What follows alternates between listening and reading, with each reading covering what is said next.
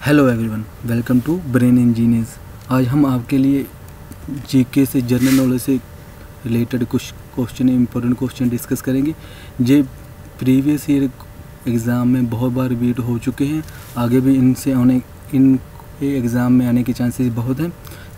तो देखते हैं एक बाय एक। पहला क्वेश्चन है, सेकंड बैटल ऑफ पानीपत किस जो दूसरा युद्ध था वो किन किन के बीच में हुआ? तो वो हुआ अकबर एंड हेमू के बीच में। ये हुआ था 1556 में। अकबर तब 14 वर्ष के थे, तो इनकी तरफ से बहरम खान लीड कर रहे थे, और हेमू वो थे मोहम्मद आदिल शाह के गवर्नर थे। ये हेमू हिंदू गवर्नर थे उनके। अगर पानीपत की पहली बैटल की बात करें तो वो हुई थी 1526 ईस्वी में। और किन किन के बीच में हुई थी? तो वो हुई थी बाबर और इब्राहिम लोदी के बीच में। अगर थर्ड बैटल की बात करें तो वो हुई थी 1761 में, 1761 में। ये हुई थी अहमद शाह अब्दाली एंड मराठों के बीच में। अहमद शाह अब्दाली विजय रहे थे। और ये बात करें ये फर्स्ट बैटल की, तो बाबर विजय थे। ये हुई थी फर्स्ट बैटल 1526 में। पानीपत के लिए 3 बैटल हुए हैं, तीनों बहुत इम्पोर्टेंट हैं। और आगे बढ़ते हैं। नेक्स्ट क्वेश्चन, लॉर्ड बुद्धा, भगवान महावीर बुद्धा जो गौतम बुद्ध थे, उन्होंने अपना अंतिम सांस कहाँ ली थी? तो वो ली थी कुशीनगर में। अगर इनके जन्म की बात करें तो वो जन्म हुआ था 563 BC में। कहाँ हुआ था? तो लुम्बिनी, नेपाल में एक जगह है लुम्बिनी, वहाँ इनका जन्म हुआ था। अगर इनकी बात करें, इनको ज्ञान कहाँ प्राप्त हुआ था? बोध गया में एक पीपल के पेड़ के नीचे इन्हें ज्ञान प्राप्त हुआ था। और सारनाथ की बात करें तो इन्होंने अपना फर्स्ट सरमन सारनाथ में दिया था। नेक्स्ट देखते हैं, who discover the sea route to India? तो सी रूट डिस्कवर किया था वास्को डी गामा ने। ये पुर्तगाली थे। इन्होंने 1498 में सी रूट डिस्कवर किया था इंडिया को। अगर कोलंबस की बात करें तो कोलंबस ने अमेरिका डिस्कवर किया था। इन्होंने किया था 1492 में। 1492 में इन्होंने अमेरिका डिस्कवर किया था। लेकिन ये अपनी लास्ट सांस तक ये मानते रहे कि वो इंडिया है। तो वो जो जगह इन्होंने डिस्कवर की थी वो आजकल वेस्ट इंडीज़ के नाम से जानी जाती है। नेक्स्ट देखते हैं, which of this battle prove decisive in Anglo French rivalry? तो वो थी बैटल ऑफ वांडीवाश की। बैटल ऑफ वांडीवाश ये हुई थी 1760 में, 1760 में। इस बैटल के बाद जो फ्रेंच थे वो सिर्फ पौंडीचेरी तक सीमित रह गए थे। और बैटल ऑफ शिलेमल की बात करें तो ये एंग्लो सिख वॉर के समय हुई थी। एंग्लो सिख वॉर हुई थी बैटल ऑफ शिलेमल। तो इसे बैटल ऑफ गन्स भी बोला जाता है। नेक्स्ट देखते हैं, who was the first women president of the Indian national Congress? तो वो है एनी बेसेंट। एक मिनट,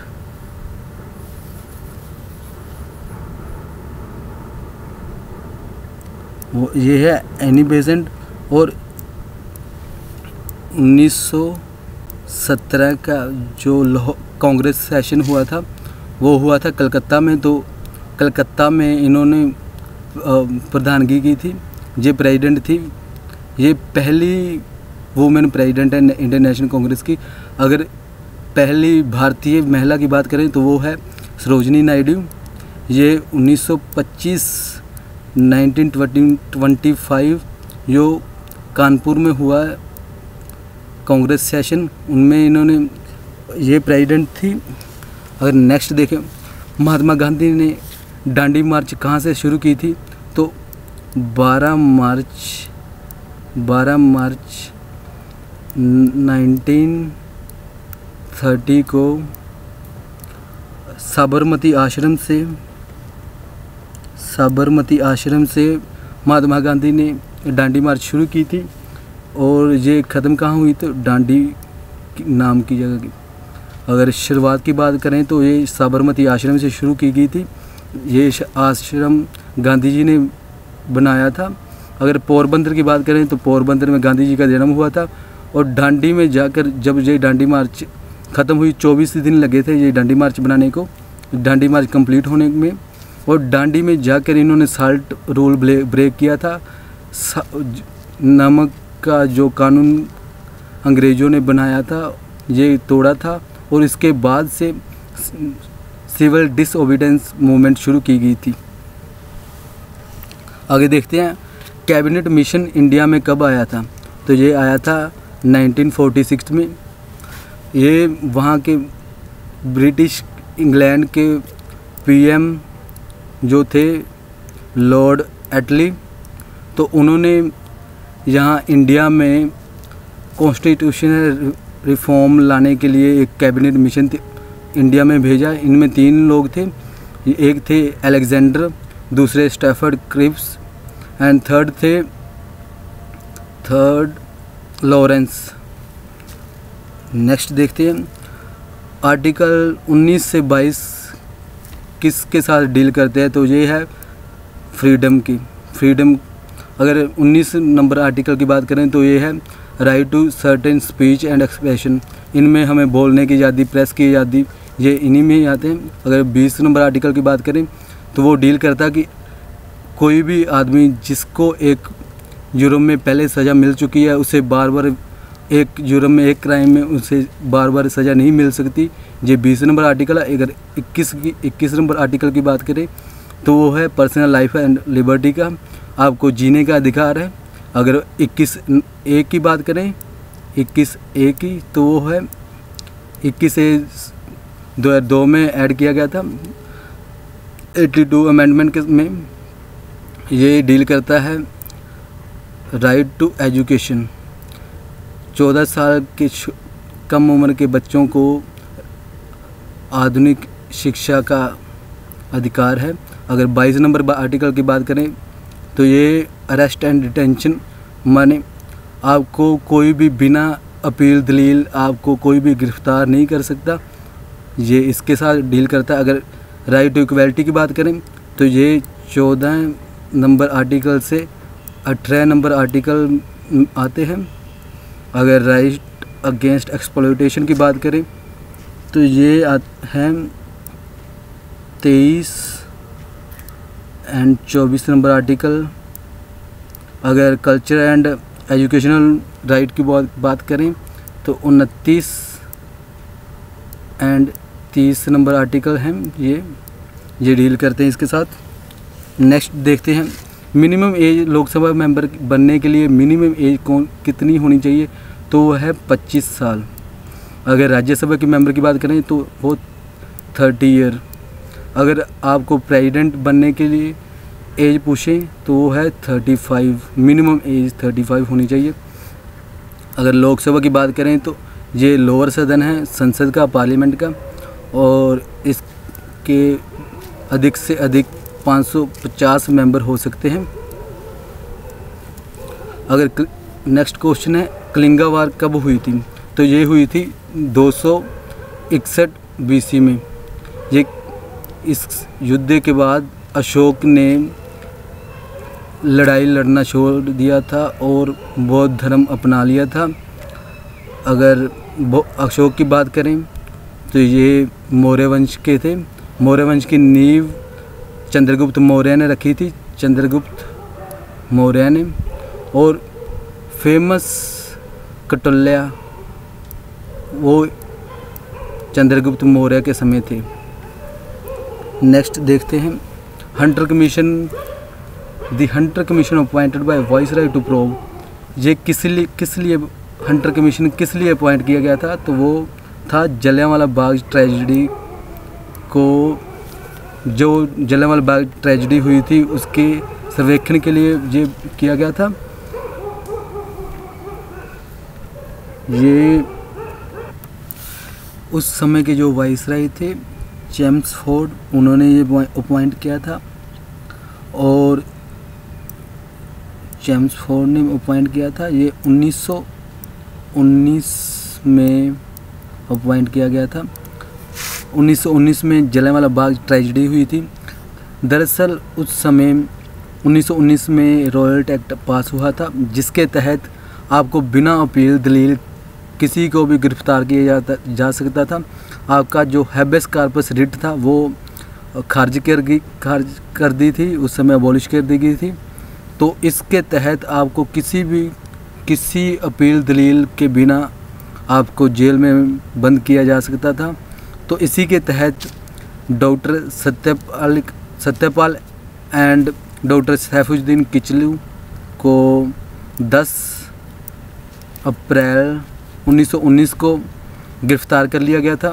तो इनके विरोध में जलियांवाला बाग में 13 अप्रैल को लोग इकट्ठा हुए थे। तो तभी जनरल डायर ने इन पे शूट का ऑर्डर दे दिया था। तो ये बहुत से लोगों की यहाँ मृत्यु हो गई थी। तो उसको देखने के लिए, निरीक्षण करने के लिए हंटर कमीशन अपॉइंट किया गया था। चेम्सफोर्ड वाइसराय थे तब। नेक्स्ट क्वेश्चन देखें तो boundary line between India and Pakistan is, ये है रेड क्लिफ लाइन। अगर मैकमोन लाइन की बात करें तो ये इंडिया एंड चाइना के बीच में है। अगर दुरंत लाइन की बात करें तो ये पाकिस्तान एंड अफ़गानिस्तान के बीच में है। विच of the following Greenwich line आएगा यहाँ। ये है 0 डिग्री लैटीट्यूड। 0 डिग्री लैटीट्यूड को 2 तरह की होती है, इमेजिनरी लाइन। दरअसल ये इमेजिनरी लाइन है जो लंदन के ग्रीनविच नाम की जगह से गुजरती है। ये 0 डिग्री लैटीट्यूड है। इससे हम इंटरनेशनल टाइम लाइन भी बोलते हैं। अगर इंटरनेशनल डेट लाइन की बात करें तो वो है 360 डिग्री जो लॉन्गिट्यूड है वो इंटरनेशनल डेट लाइन है, जो पैसिफिक ओशन से पास करते हैं, बेरिंग स्ट्रेट से। अगर लैटीट्यूड की बात करें तो 0 डिग्री लैटीट्यूड होता है इक्वेटर। अगर लास्ट वाले को अगर इंडिया के स्टैंडर्ड टाइम की बात करें तो वो है 82.5 degree. Viceroy who introduce the doctrine of lapse, तो वो है लॉर्ड डलहौजी ने डॉक्ट्रिन ऑफ लैप्स इंट्रोड्यूस की थी। इसके तहत अगर कोई भी राजा जिसके अपनी ट्रू सन नहीं है, मीन्स जो अडॉप्टेड सन है, वो राजा नहीं बन सकते, प्रिंस नहीं बन सकते, तो वो राज्य ब्रिटिश हुकूमत के अधीन आ जाएगा। ये इंट्रोड्यूस की थी लॉर्ड डलहौजी ने। अगर लॉर्ड वेल्सली की बात करें तो इन्होंने सब्सिडरी अलाइंस इंट्रोड्यूस की थी, सब्सिडरी अलाइंस।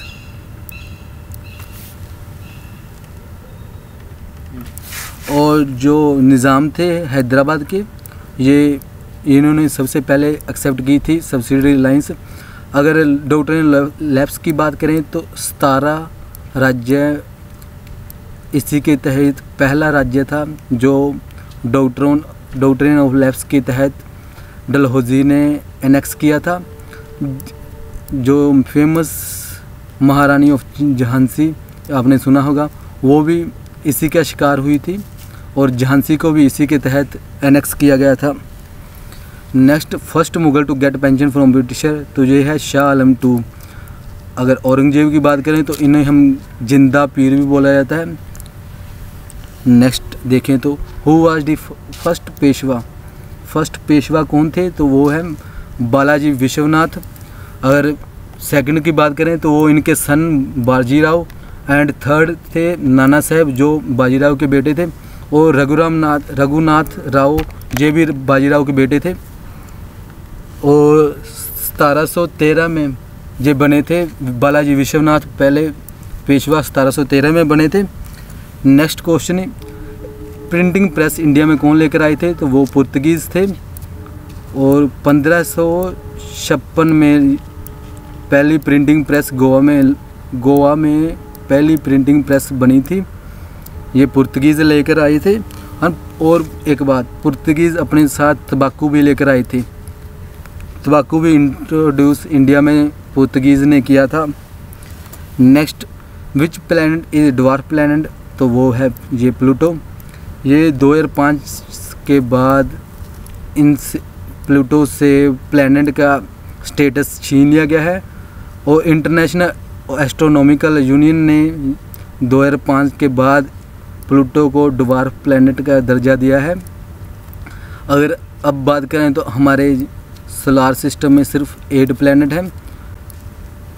और next question is which of the four main gases present in the sun, तो 2 मेन गैसेज हैं, हाइड्रोजन एंड हीलियम। हाइड्रोजन जब न्यूक्लियर फिजन के तहत हीलियम में चेंज होती है, बदलती है, तो बहुत सी हीट प्लस लाइट एनर्जी निकलती है। हीट एंड लाइट एनर्जी निकलती है, तो इसके तहत हमें एनर्जी मिलती है। अगर सन की बात करें तो सन की जो शाइनिंग सरफेस है उसे फोटोस्फीयर बोला जाता है। अगर सन की सरफेस पर बात करें तो 6000 डिग्री टेम्परेचर है। अगर इनर कोर की बात करें तो 1.5 करोड़ डिग्री तापमान है इसके अंदरले पॉइंट पे। नेक्स्ट देखते हैं। और एक बात, यहाँ पे 8.5 मिनट लेती है सनलाइट अर्थ तक पहुँचने के लिए, 8.5 minute. And last question of the day, days and nights are equal at, दिन और रात कहाँ बराबर होते हैं, तो वो होते हैं इक्वेटर में। जैसे हम बात करें ये अर्थ है तो ये 0 डिग्री होती है इक्वेटर, और 23.5 डिग्री 23.5 डिग्री होती है, 23.5 डिग्री ये है। अगर नॉर्थ की में बात करें तो ये होती है ट्रॉपिक ऑफ कैंसर। अगर 23.5 डिग्री साउथ की बात करें तो ये होती है ट्रॉपिक ऑफ कैप्रिकॉर्न। और इसी के साथ ये हमारे आज का वीडियो समाप्त होती है। अगर आपको ये वीडियो अच्छी लगे तो अपने दोस्तों के साथ शेयर कीजिए, लाइक कीजिए। अगर कोई भी क्वेरी है तो कोई भी डाउट है तो कमेंट सेक्शन में कमेंट कीजिए। तो मिलेंगे नेक्स्ट वीडियो में, बाय।